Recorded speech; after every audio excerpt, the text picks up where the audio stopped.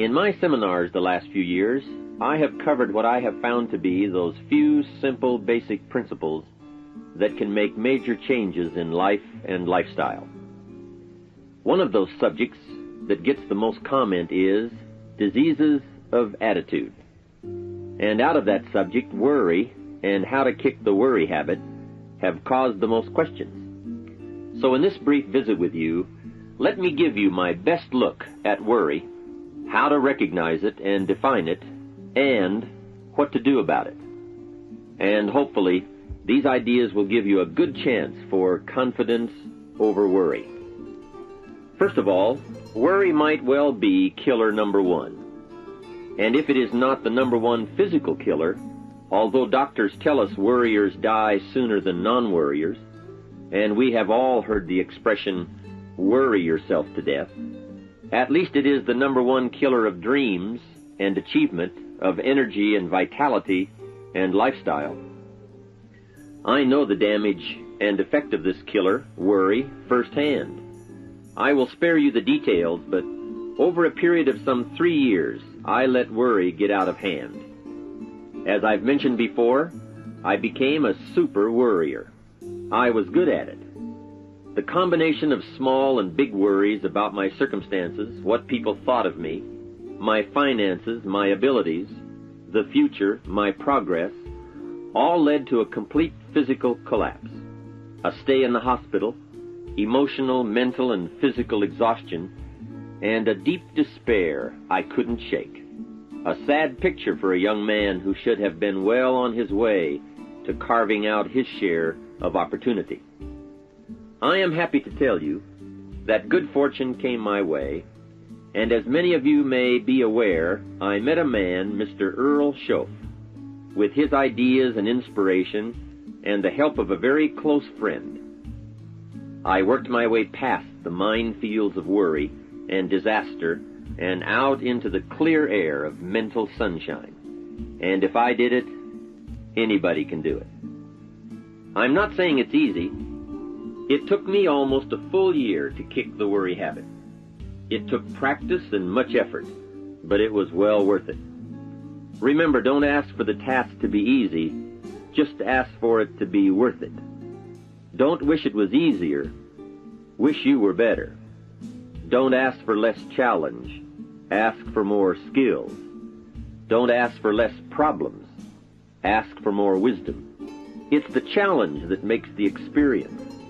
And life and its color and meaning and adventure for you is this collection of experiences. To wish them away is to wish your life away. So let's get to worry and what it is and what it does, how to define it, and what to do about it. And let's do it with eager, high hope that it won't be long until you will be free of the worry habit and on your way to the life and lifestyle that you want. First of all, let's define worry. There are many ways we could describe it. Worry is fear painting pictures in your mind. And if you watch that mental movie too long, you get a false picture of how things really are. Worry is a mental broadcasting station, and more often than not, it is false or at least distorted propaganda. Worry has that sneaky way of stopping short of giving you all the facts. Worry is often the trickery of mentally filtered facts on the negative side and the bold declaration that these are all the facts. Worry has the mental audacity to suggest that the elevator only runs one way, down. Many times worry is a 5-alarm bell for a wastebasket fire. And worry is a depletion of constructive emotion. It's wasted mental energy. It's like letting the starter run the battery down when the car won't start. And worry is most often a lack of all the facts, a lack of full understanding, a lack of total information, and an unpreparedness of ability, knowledge, talent, courage, faith, and all the other virtues. That should give us a better definition of worry, and remember, left unchecked, it can become like a mad dog loose in the house. And the sorrow and pain and regret is too large a price to pay not to do something about it, and to do it now. You see, if you contemplated the total sum of human suffering long enough, it would drive you mad. You must understand how life is. Human suffering, man's inhumanity to man, war, disease, poverty. But it must be in what I call its rightful ratio of your mental and emotional time. So much for what worry is. The next question is, what can I do about it? What is the first step? My best advice on this is to first recognize worry for what it is, admit what it does, and then decide you now want to be free. It first starts with decision on your part. And may I add, well, you should decide. Why let worry continue to take money out of your pocket and bank account? Why let worry any longer keep you from becoming all you can be? Why let it rob you of better friendships, better business, better profits, better results, better communication, better family relations? Why impose your worry on others any longer? It's a burden you can get rid of and a monkey you can get off your back.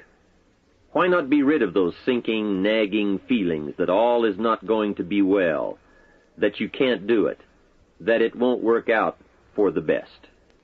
Worry is undue concern that takes up too much of your mental and emotional time. Now, we must all be concerned. Hey, life is no joke except to the jokers.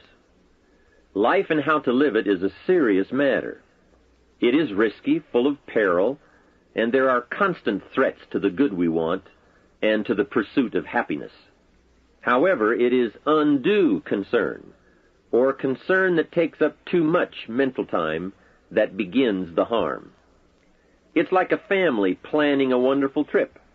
While they certainly should be concerned about the condition of the car, the tires, and making sure they pick the proper route, it would be foolish to allow themselves to be completely turned negative with the thought that they might crash and kill the entire family.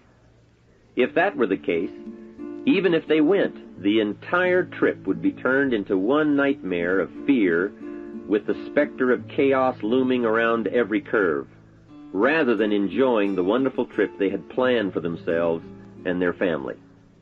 A lot of people do that with their entire life. So, start to make these declarations.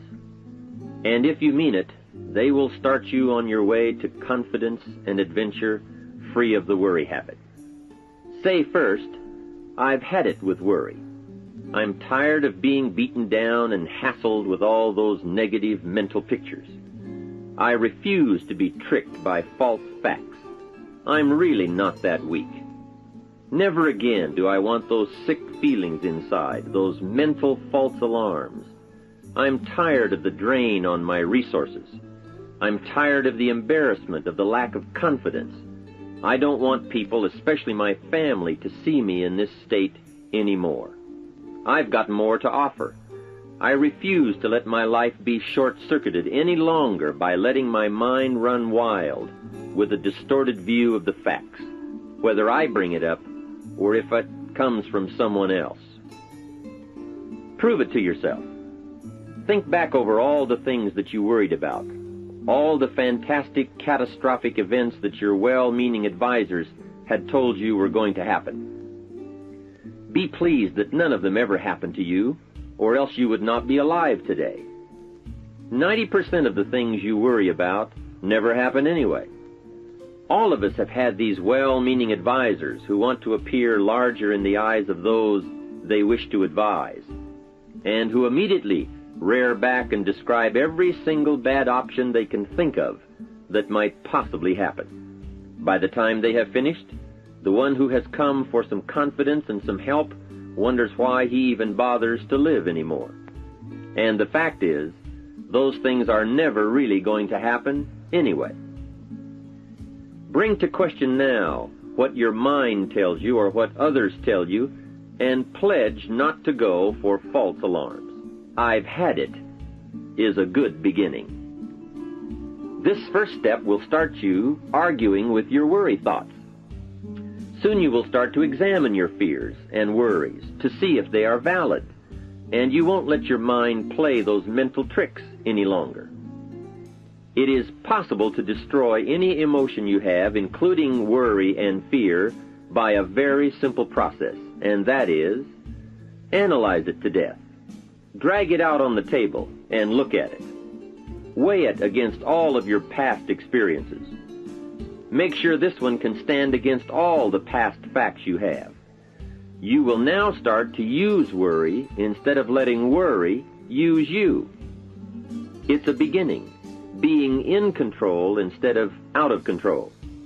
You will now let concern and the first signs of worry prompt you to learn, ask questions, and look at all sides in order to evaluate true, positive, constructive action. Now you can say, I will let fear advise me of the facts, but I won't let fear tell me these are all the facts. Nor will I let fear determine my reaction to the facts.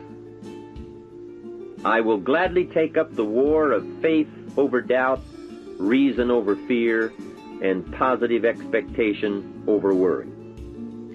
So talk to yourself right now into a change of attitude. Be persuasive. Go all out.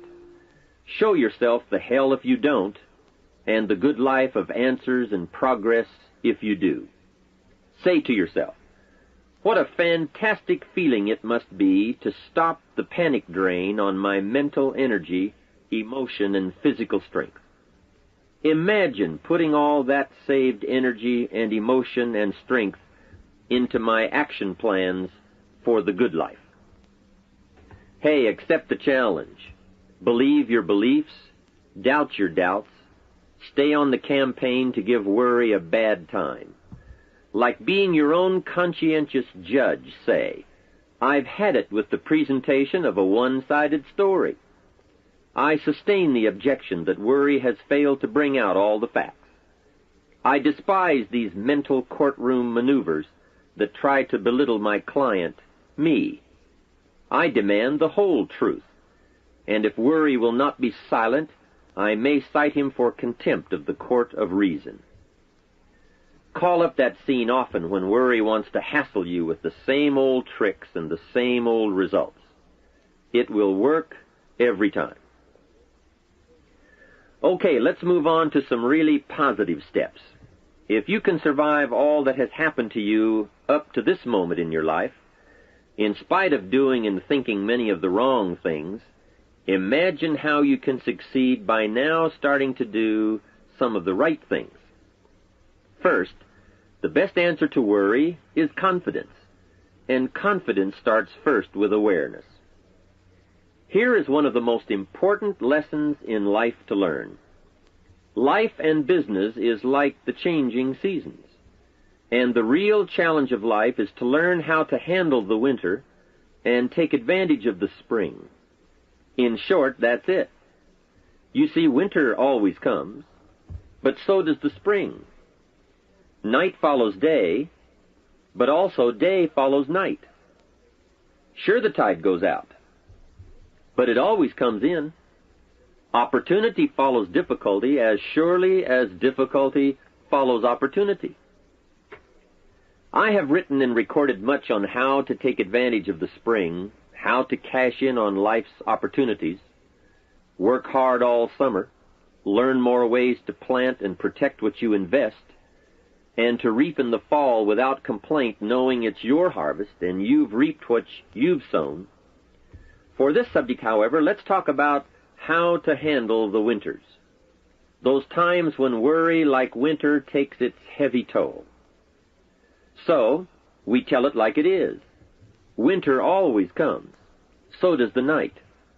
Some happenings in our life will always be a cause for concern, and sometimes concern turns to worry, and worry turns to fear.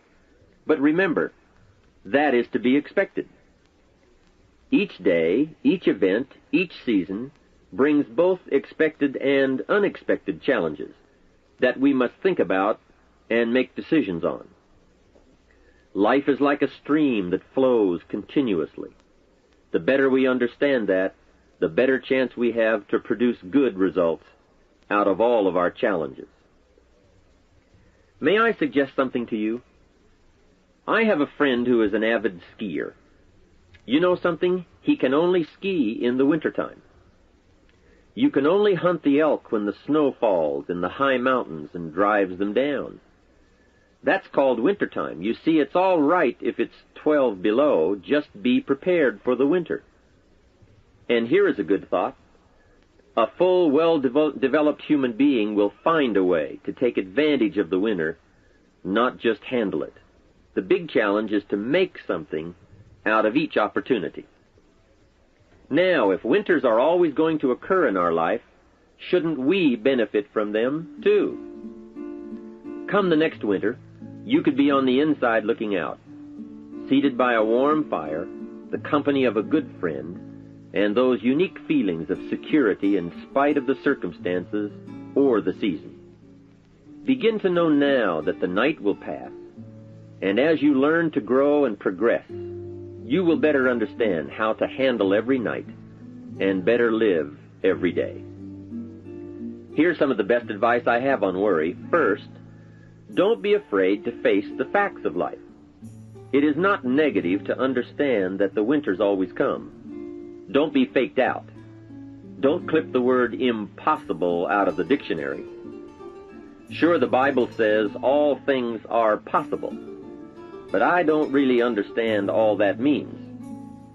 My daughters ask me, have you ever tried putting toothpaste back in the tube? Don't say I don't want to hear the problem. I don't want to see the difficulty. Don't show me the weeds. Don't say anything negative. Only see the positive. That's foolish. There is a thin line between positive thinking and kidding yourself. And remember, there's also a thin line between faith and folly. Here is the key. Humans have the unique ability to see it as it is, and they also have the ability to see it better than it is. One is called fact, the other is called faith. Faith you develop, facts you acquire. The facts you acquire are essential. It's like belief. You constantly must find facts to support your belief. Faith says, I will move mountains. It doesn't say, I will move mountains if someone gives me a bulldozer. I'll move a mountain if they will build me a road up there, if the weather's nice, if they give me a shovel. Faith just says, I will move mountains. Faith doesn't ask for a result to prove its existence. Faith is because it is. And remember, people die for faith. And some people give up everything they own, their life, for faith. Many years ago, over in Vietnam, a Buddhist monk did a very clever thing. He did the ultimate in political dissent. He burned himself to death. That toppled the government. That was faith. Totality begets totality. Here is a good prayer. Help me to see it as it is, and help me to see it better than it is, and then inspire me to act. Facts and faith and action. What a combination for personal progress. And action puts fear to flight. An Old Testament phrase says, watch the ants, you sluggard. Consider their ways and be wise. Not a bad suggestion. The study of ants. What do they do in the summer to prepare for the winter?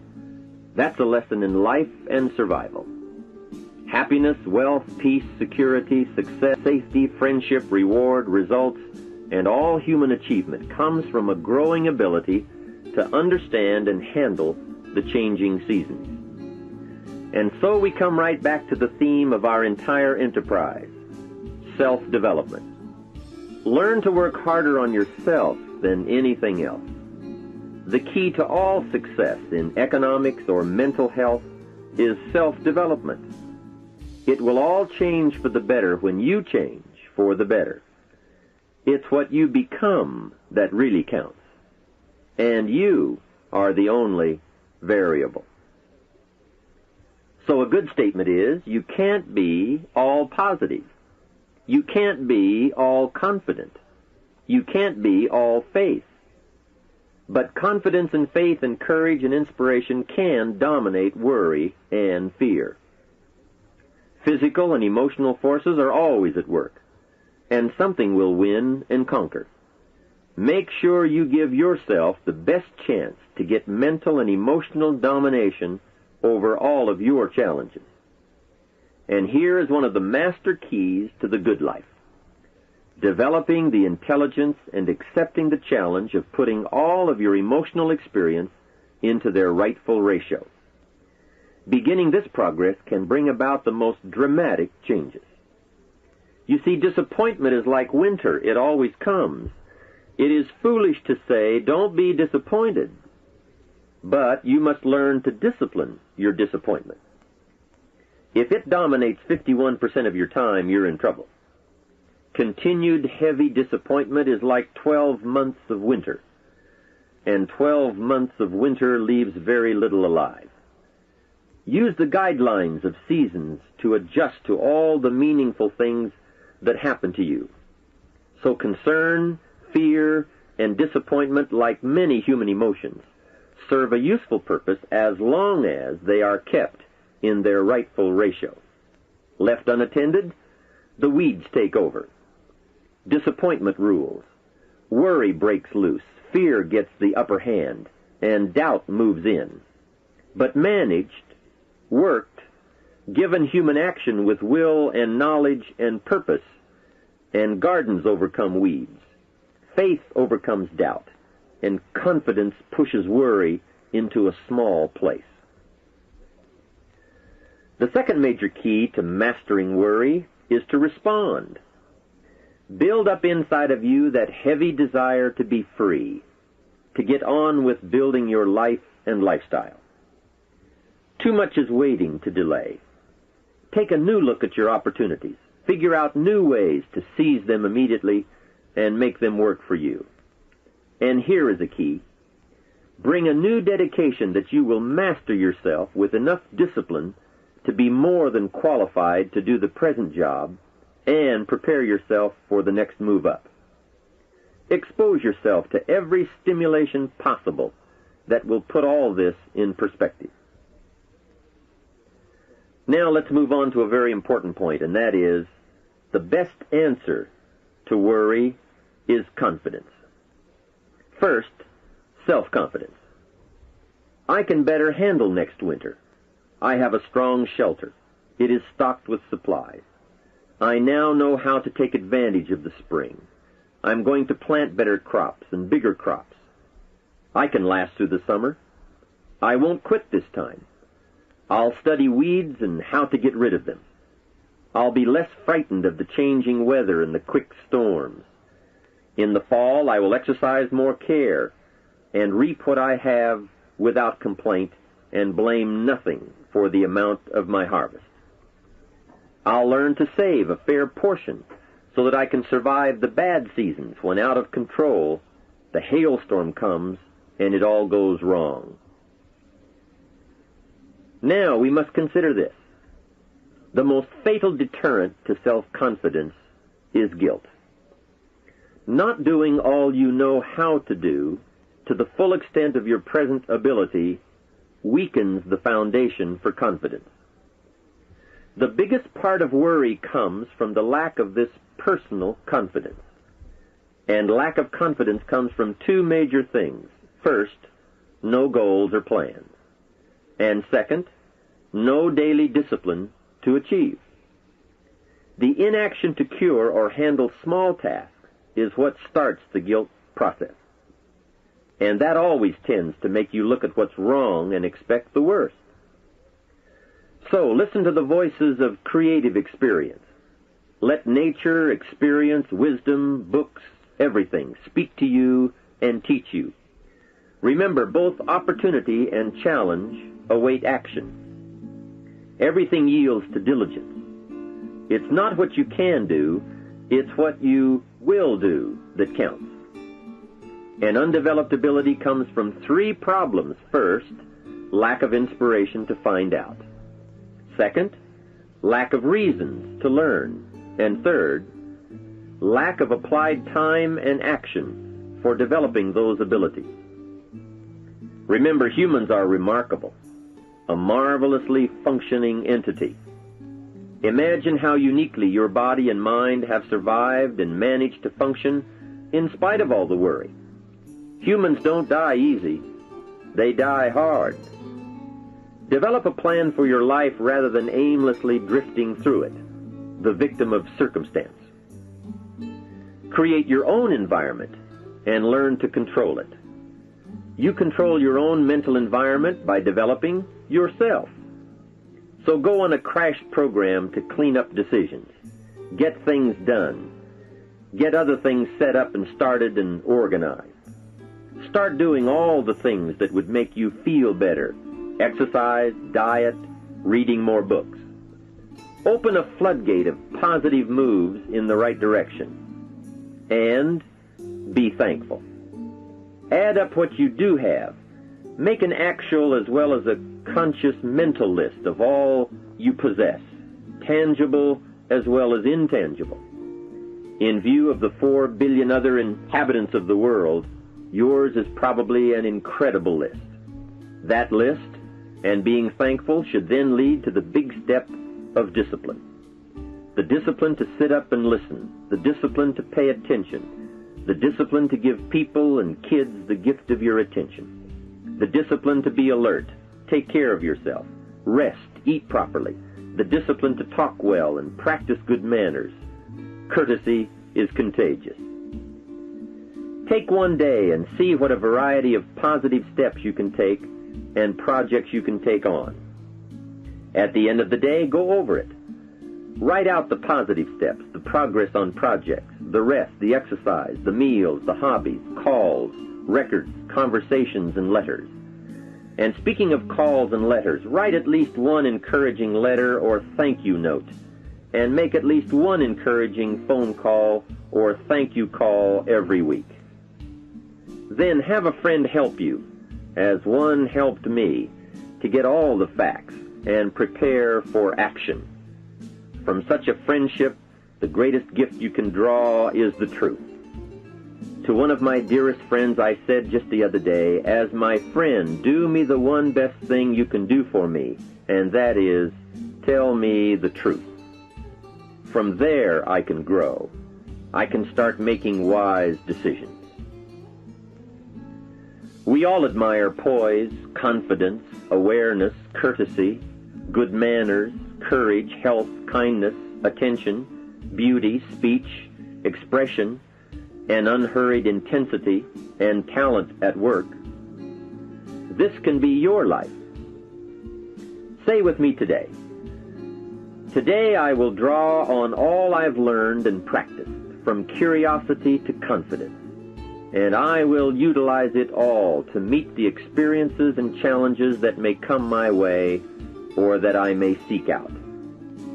And if all I know and do does not meet or match some unforeseen challenge or experience, I will keep careful notes and take them to my private conference table and try to figure them out and learn and grow. Mixed in my curiosity is thanks that I'm alive and able to see and feel and learn and handle and enjoy being human and being alive, and having been given a chance to turn challenge into experience. How great to have a mind to expand and a soul to nourish, to have hands that can feel, a heart that can experience, a mind that can inquire and learn, a soul that can soar, a body that can respond, to know love, sadness, hope, disappointment, accomplishment, failure, thrills, terror, appreciation, bafflement, wonder, awe, frustration, misery, confidence, courage, contentment, impatience, expectation, apprehension, fulfillment, music, sound, pictures, art, beauty, and harmony. To have all this happen to one is one thing. To know it is all happening is much more. I wish for you that you might develop a growing awareness of the world around you and your possibilities in it. Develop a sense of history and destiny, and be grateful for the opportunity that you have to participate in that grand endeavor. To sum it all up, first understand what worry is. You now know that it can be beneficial and destructive, depending on your awareness. Next, resolve to be free of the habit. That job is up to you, to work on yourself, to get the right attitude. Next, start the daily action of first cleaning up all your current situations. Remember, little achievements lead to confidence that conquers guilt. Then buy up every challenge to reach your goals. You can now handle it, the winter, the spring, the harvest. Bring a new zeal to every problem, to every fear, to every opportunity.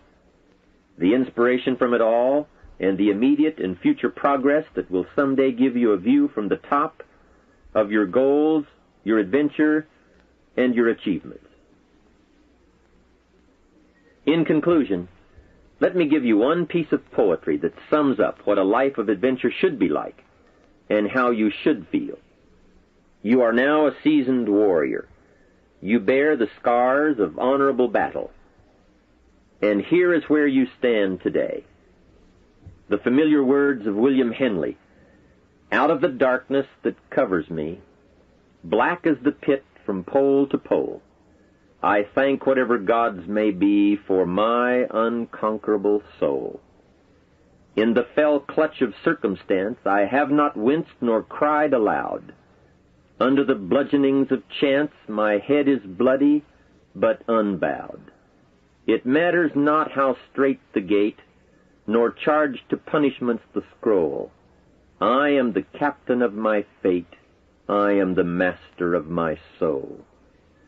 From all of my staff, and from myself, personally, I want to thank you for listening. Let's do something remarkable. To receive more information on Jim Rohn's speaking schedule and products, please visit his website at www.jimrohn.com, where you can also subscribe to receive free the weekly Jim Rohn Easy newsletter. Or you can call Jim's office at 800-929-0434. In the Dallas-Fort Worth area, please call 817-442-5407. All mail should be directed to Jim Rohn International, 2835 Exchange Boulevard, Suite 200, South Lake, Texas, 76092. Thanks again for listening, and make it your best year ever. Here's to your success.